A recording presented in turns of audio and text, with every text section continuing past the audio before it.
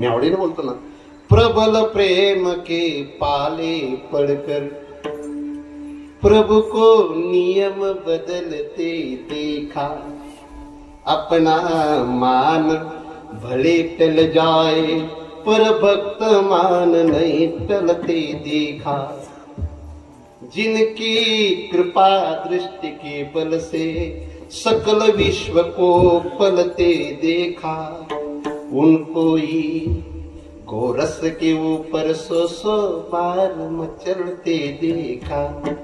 किती शब्द कोण,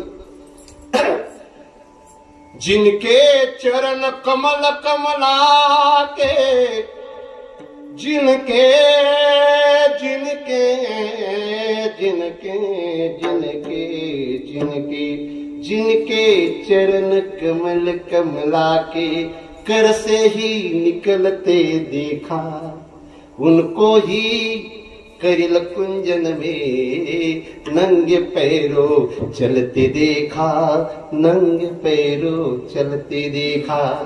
लेकिन क्यों प्रबल प्रेम के, इसके कारण प्रबल प्रेम के बल के कारण हे नारायण हा साऱ्या विश्वाचा पिता सुद्धा जर कुठेतरी नाचताना दिसत असेल, कुठेतरी अनवाणी पायांनी चालताना दिसत असेल. तुम्ही भागवत कथा ऐकली, किती सुंदर प्रसंग आहे. सुनते ही दौड़े चले आए मोहन, लगाया गले सुदामा को मोहन, लगाया गले सुदामा को मोहन, लगाया गले सुदामा को मोहन, लगाया गले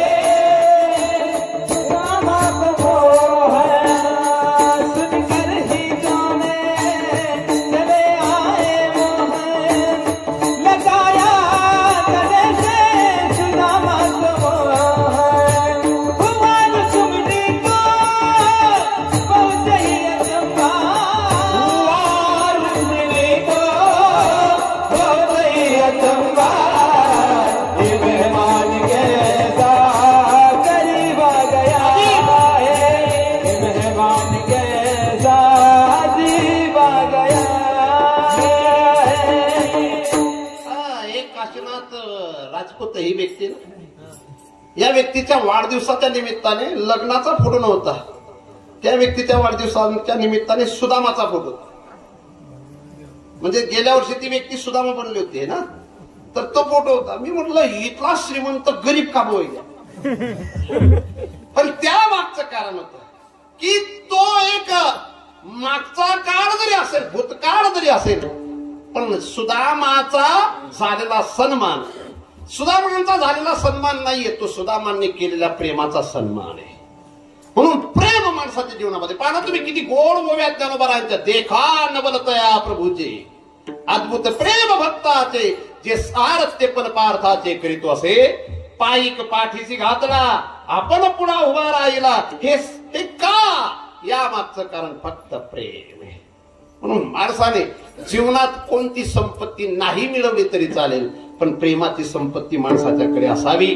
मी हे जे शूटिंग करणार लेकरू आहे, हे भूषण राजपूत, या दाम्पत्यांना दोघांना हेच सांगत होतो, झोपडीत राहणं सुद्धा असावं ठीक आहे, पण दोघा नवऱ्या बायकोने प्रेमाने राहावं. संसार झोपडीतला सुद्धा गोड वाटतो, पण जर बंगला असेल पण नवऱ्या बायको जर प्रेमाने राहत नसतील ना, ती स्मशानभूमी काय.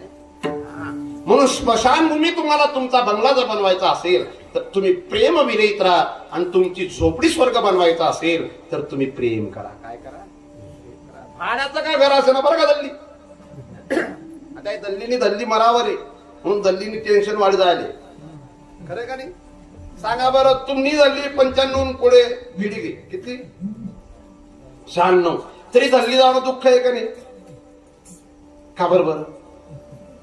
प्रेम वा म्हातारीले जप मा कीर्तन समजस, विठाला विठाला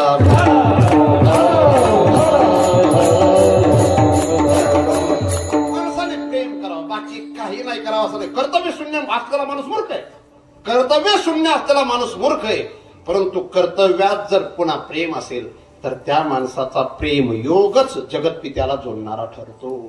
आणि म्हणून जगद्गुरु तुकोबारायांनी प्रेमाची विशेषता दर्शवत असताना पहिल्या चरणामध्ये भ्रमराचा दृष्टांत दिला आहे.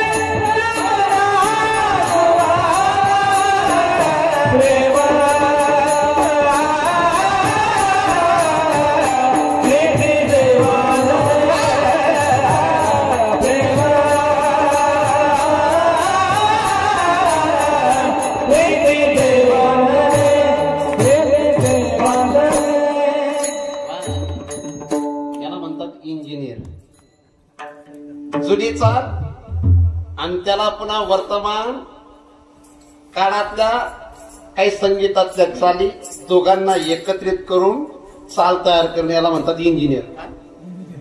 असला खराच इंजिनियर येतो. पण पुन्हा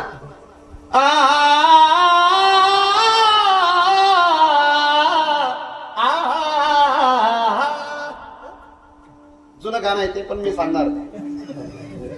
आणि नंतर आपला अंतर जुन्या काळातल्या लोकांना ते सुटे काही केले जुनी चालेल ना असं म्हणतात. याला मिश्र म्हणणं आणि हे बदल केलाच पाहिजे. नाही तर ते जुनं जुनं नवं नवं ते चालत नाही. नुसतं नवही नको आणि नुसतं जुनही नको. कालाय तस्मै बरं का कोमल बापू, तुम्ही जुने पण आहेत आणि नवे पण आहेत. या माणसासारखा एन्जॉय कोणी करूही शकत नाही आणि या माणसासारखं संस्कृतीचं जोपासणं कोणी करतही नाही. मोचही ठेवते म्हणजे जुना बाणाही आहे. आणि पण जेव्हा टी शर्ट घालते तर कॉलेजचा मुलगा सुद्धा लाजेल इतकी सुंदर. झाडाचा विषय त्यांच्या भावजाई खूप खुश झाल्या. शेब कोणीतरी बापूले बोलणार. महाराज तुम्हाला वाईट वाटेल, ती व्यक्ती धनाने श्रीमंत आहे, मनाने श्रीमंत आहे. धनाच्या बाबतीत कोणी कोणता बी माणूस मागायला घ्या त्याला भेटतीनच. फक्त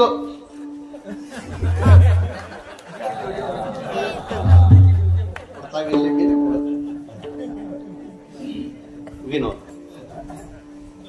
नाही काष्टाचा गुमान गोवी भ्रमरा सुमन गोवी.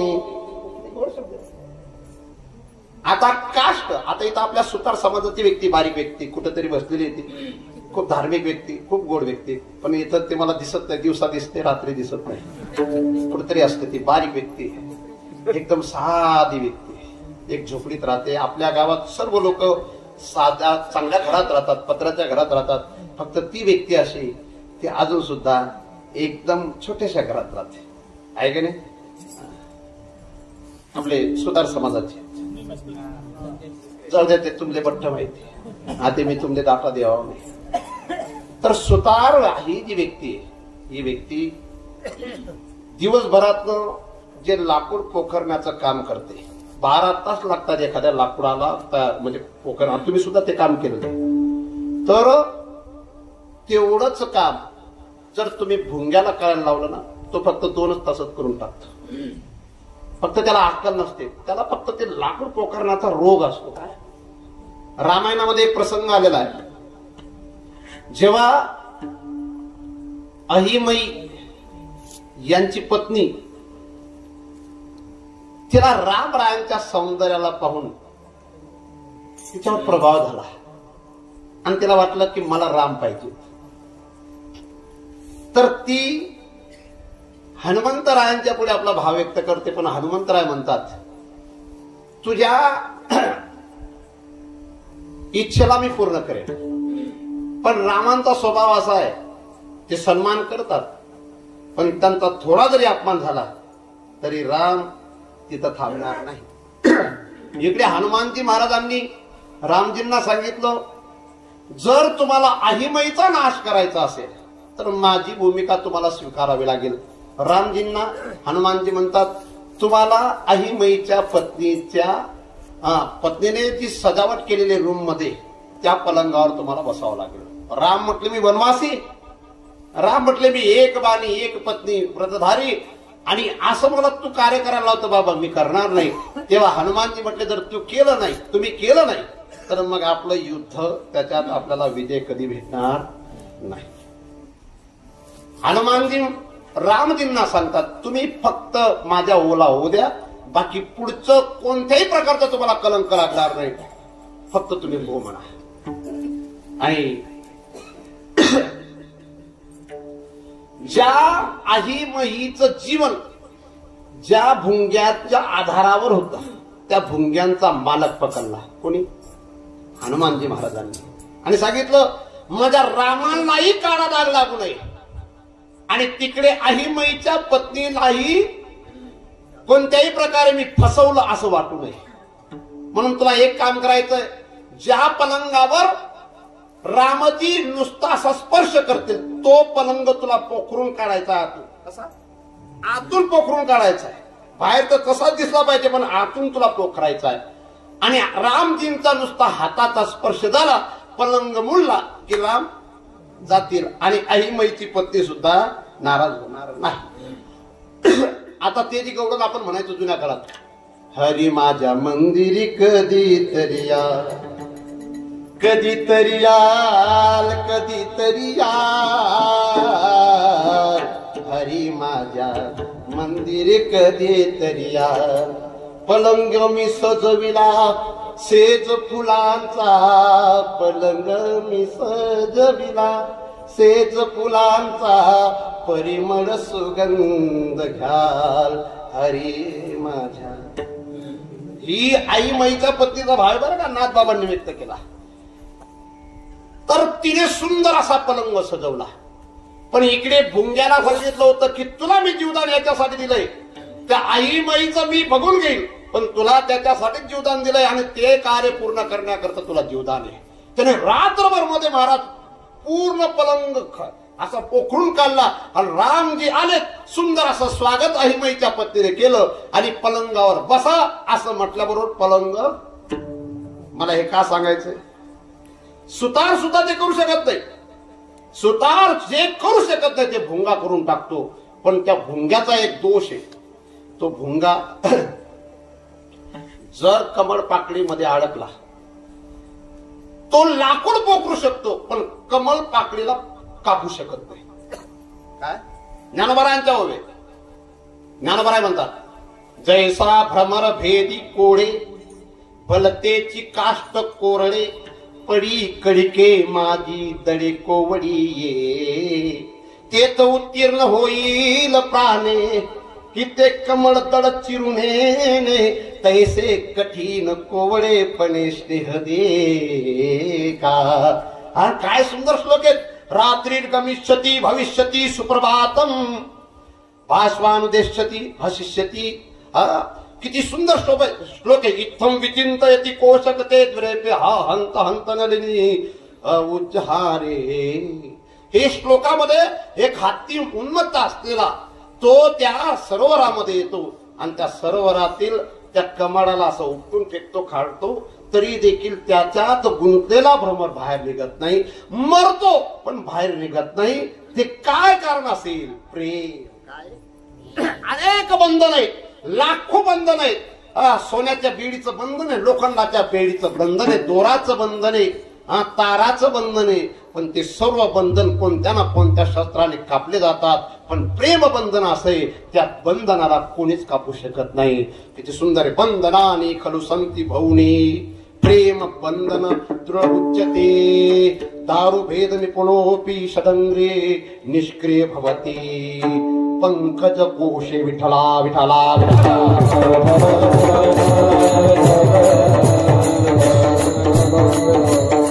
प्रेम बंधन आहे. आणि या प्रेम बंधनाचा विशेष विषय प्रगट करत असताना तुकोबाराय सांगतात, नाही काष्टाचा गुमान गुमान गोवी भ्रमरा भ्रमरा भ्रमरा.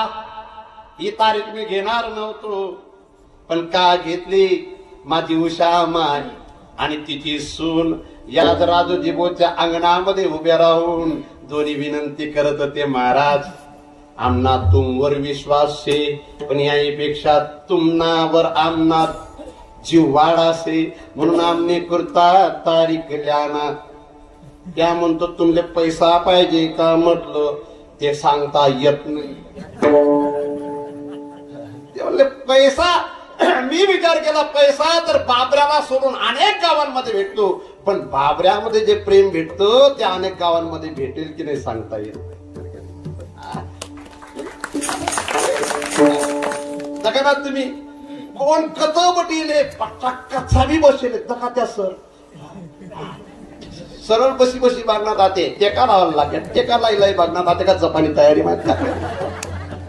इकडे पहा तुम्ही 3 लोक, तिकडे पहा तुम्ही 4 लोक, तिकडे पहा खांबाच्या जवळ बसलेले, कोणी पलंगावर बसलंय, कोणी आपल्या ओटावर बसलेले, कोणी कुठेही बसलेले. त्या पहा म्हातारीचं घर म्हातारी सोडले नाही पण म्हातारी घराच्या समोर बसलेले. कोणी कुठे का असे ना बसलेले पण हे का बसलेले? प्रेमासाठी बसलेले. वास्तविक या 3 श्लोक काहीच समजेल राहिलं. इकडे रे तू पण इकडे तू पण असा आहे. खरं सांगा तुमले काय समजेल राहिले? कृष्णा मी काय बोलतोय बरं? कशावर बोलतोय? हा कीर्तनावर बोलतोय. का हो कीर्तनावर. मी कशावर बोलतोय रे? तुला काफ्या पुरा काय गो तू तुम बाटलं का ते गोड. तू मी कशावर बोलतोय? कीर्तनावर. दाखव. अहो कीर्तनावर, अहो प्रेमावर, अहो कीर्तनावर. पण मी काही विचार करत बरं का मांगला साल लागून या अर्धा किलो कच्चा मासा खायचा. आता कीर्तनावर तर बोलायला लागलं. कीर्तनावर बोलायला लागले काही का असे ना. पण हे सर्व प्रेम आहे. काय प्रेम आहे. जर माणसाला माणसाच्या जवळ टिकून राहणे असेल तर पैसा विशेष नाही. माणसाच्या जवळ माणसाला टिकून राहणे असेल तर काय विशेष आहे? म्हणून हे प्रेम काय गोड आहे. मला काय झालं बरं कोणा प्रेम माणसाच्या जीवनामध्ये असलं तर कुठेही माणूस पोचून जातो. किती गोड शब्द आहेत. पण हे प्रेम न टिकून देणारा हा भ्रमरच आहे. भ्रमर या शब्दाचा अर्थ एक होतो मन. काय अर्थ? एक भ्रमर असा आहे तो देवाच्या चरणांना सोडतच नाही आणि एक भ्रमर असा आहे तो देवाच्या जवळ जायला तयार नाही. संतांचं मनरूपी भ्रमर असा आहे तो देवाचे चरण सोडायला तयार नाही आणि जीवाचा मनरूपी भ्रमर असा आहे तो भौतिक पदार्थांना सोडत नाही. विठला विठला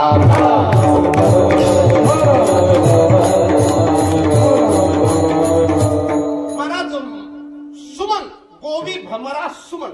आता शास्त्रामध्ये 8 प्रकारचे सुमन सांगितले. किती? सुमन नावाची बाई वेगळी. सुमन या शब्दाचा अर्थ होतो जे फुल असतं त्याचं नाव सुद्धा सुमन आहे.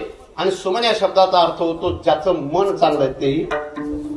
म्हणून ज्ञानोबा सांगतात, जयाचे चोखटे मानसी मी होऊन असे क्षेत्र संन्यासी. जयानी दिल्या ते उपासी वैराग्ये. सुमनवाणी शुद्धमती अलिंदक अनन्य गती. पै गोप्य ही तया प्रती चावळी जे सुखे. पण 8 प्रकारचं सुमन बेटी बरं का. परी इकडे किती प्रकारचं सुमन आहे? इकडे किती प्रकारचं? किती प्रकारचं? 8 प्रकारचं. कोणतं कोणतं मी सांगतो. वा वा. युनी म्हणा पायावर पाय ठेवा. बरं पुरं वजन ना पाय नाही ठेवा. उतार ठेवा. 8 प्रकारचं.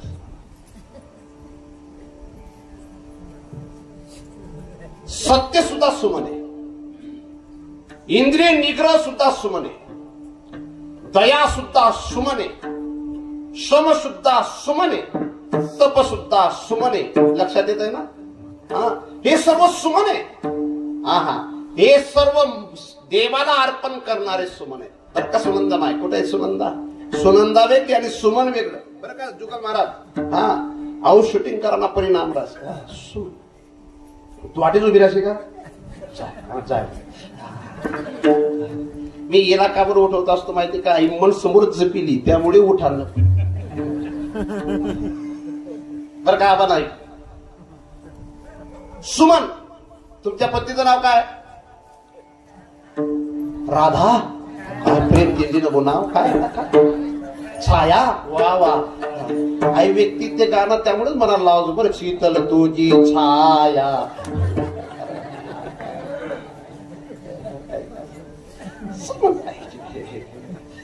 आता तुम नवीन लेट करत येतात काय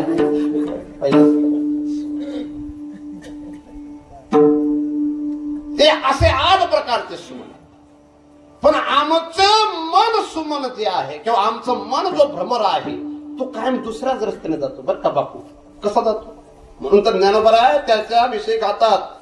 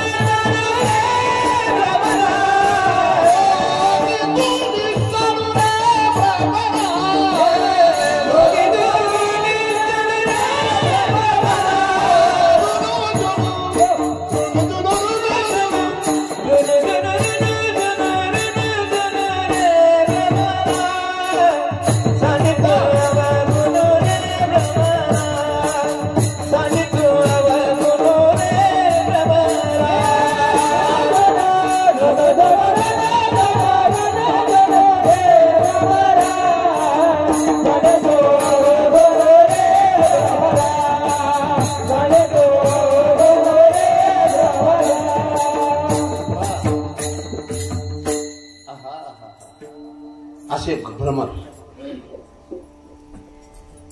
7 सुमंगल गोष्टी. किती? 7. किती गोष्टी? 7. आज किती वाजेपर्यंत कीर्तन ऐकणार तुम्ही? आपले 2 मजली बिल्डिंग वाले 11 11:30 म्हणजे 11 म्हणून सांगा ना. मग 11. कसं आहे प्रमाण? मी तुमच्याशी कीर्तन करत असताना एकटा कीर्तनकार म्हणून कीर्तन करते. संवाद करायला आवडतं म्हणून मी मध्ये मध्ये बोलायला लावतो. बरं काही काही ठिकाणी एकटा कीर्तनकार नाही, श्रोते एकटेच असतात त्याच्यामुळे ते कीर्तनात लिंक लागत. सुधा साधू सुरतरु सुमन सुपल सुहावनी बात तुलसी सीतापती भक्ती सगुण सुमंगल सात. हे सुमंगल आहे सात.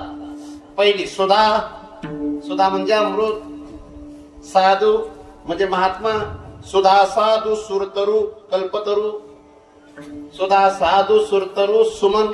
सुमन म्हणजे चांगलं फूल, स्तोत्रानं फूल भगवानला आवडत, पण त्यापेक्षा अजून बरेच दुसरे फूल आहेत. सुधा साधू सुरतरु सुमन सुफल चांगलं फळ, सुहावनी बात चांगली गोष्ट, तुलसी सीतापती भक्ती रामांची भक्ती ही सुद्धा एक सुमन आहे किंवा हे सुद्धा एक सुमंगल आहे. अशा 7 गोष्टी देवाला प्रसन्न करणाऱ्या. त्यापैकी इथं सुमन शब्द आला. गोबी भ्रमरा सुमन. आता सुमन आला गोवणारा भ्रमर. जगत पित्याला सुद्धा भ्रमर म्हटलेलं आहे, कृष्णाला भ्रमर म्हटलेलं गोपींनी. काय म्हटलेलं आहे? कृष्ण सुद्धा भ्रमर आहे.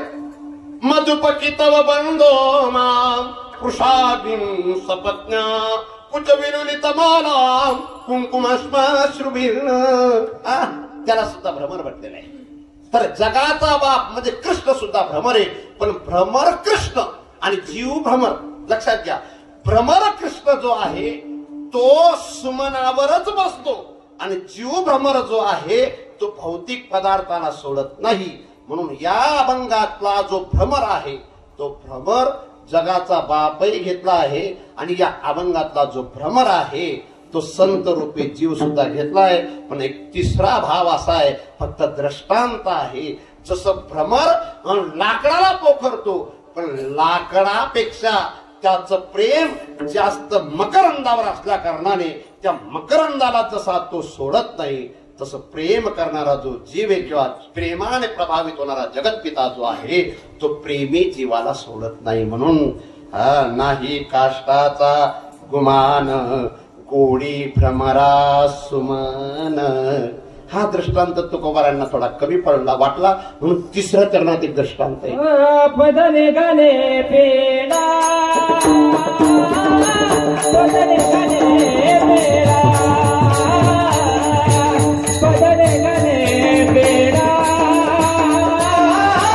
पदने गाणे पेडा पदने गाणे पेडा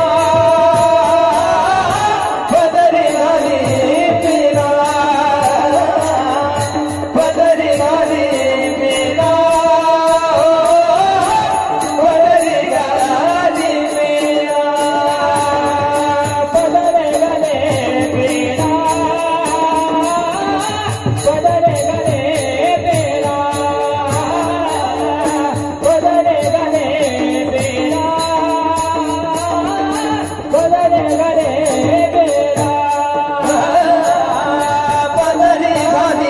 पेडा पदने गाणे पेडा पदने गाणे